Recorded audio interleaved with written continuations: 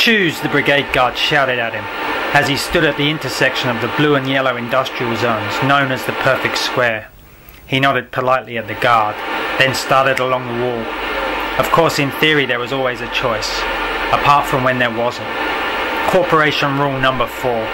Freedom of choice is encouraged, so long as the choice made is in line with corporation guidelines. Naturally, he chose left towards the blue zone where he worked, a fact that was obvious to the brigade guard because he was wearing a blue star. He'd often wondered what would happen if one day he chose to go right. What would the guard do? He'd never seen anyone make an unwise choice. He walked the wall every day. The corporation called it the first great wonder of the New World, and during its construction each new person had been ordered to donate something to its erection.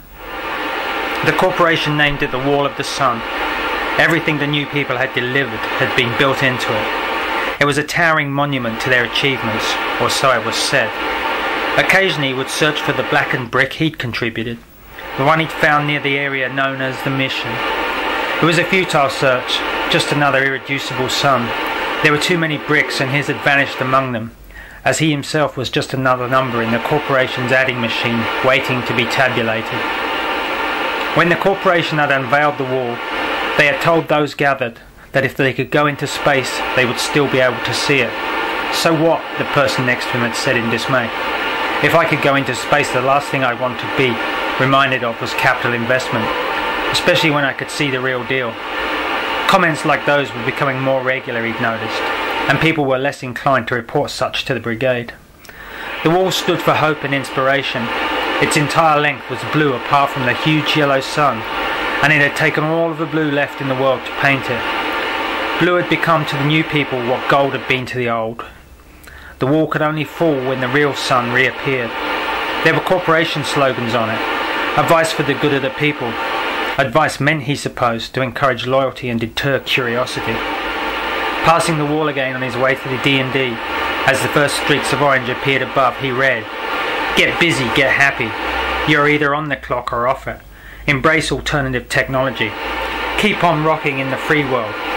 Spermologically speaking, unauthorized breeding is below contempt. Toolman strikes again.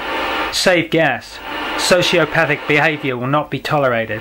Opinions are the sole domain of the opinionated. Remember, curiosity leads to insobriety. Choose life. Remember, those with blue eyes don't tell lies." It was the last one that also always caught his eye, his brown eye. Everyone had them. A result, they said, of the atrocity and its aftermath. Some genetic malfunction, and on account of the sky having been orange by day since forever after. Brown eyes dealt with the orange better. The new people had evolved to suit their climate.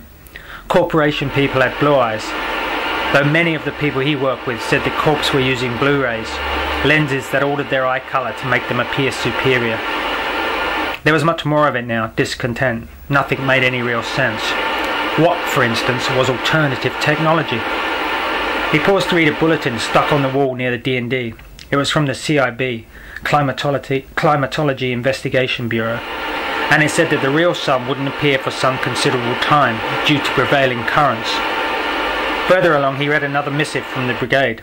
It told him and everyone else that sighting a stranger, or as they were more commonly known, a Dutch, and not reporting it, could lead to eradication.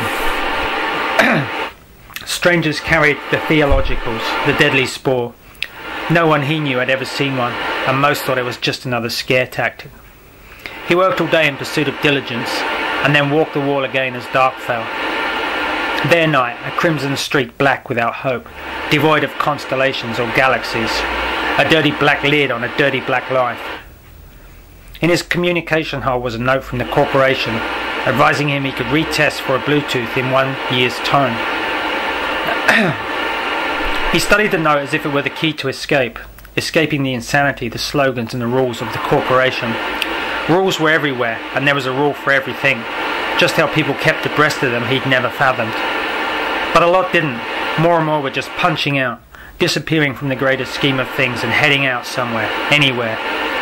A lot headed for urban jungle. That much he knew because many of his fellow new people talked about it incessantly. It was gold, they told him, a glittering oasis of non-conformity.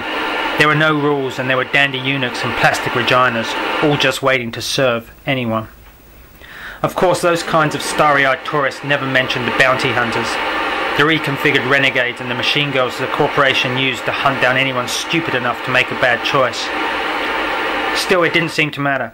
Each day he turned up for work, someone had just vanished, either out on the run, already dead, or on their way to denial, wishing they were already dead. He climbed into his cot and lay there listening to the sounds of locos thundering past.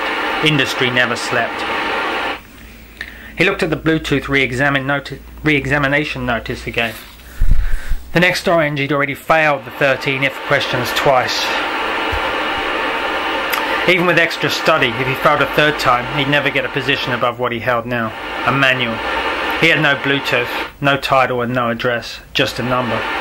Number 111023. That was his name, and it was indelible and tattooed on his forearm just in case he ever forgot it. He belonged to the corporation. There was nothing new under the wall of sun.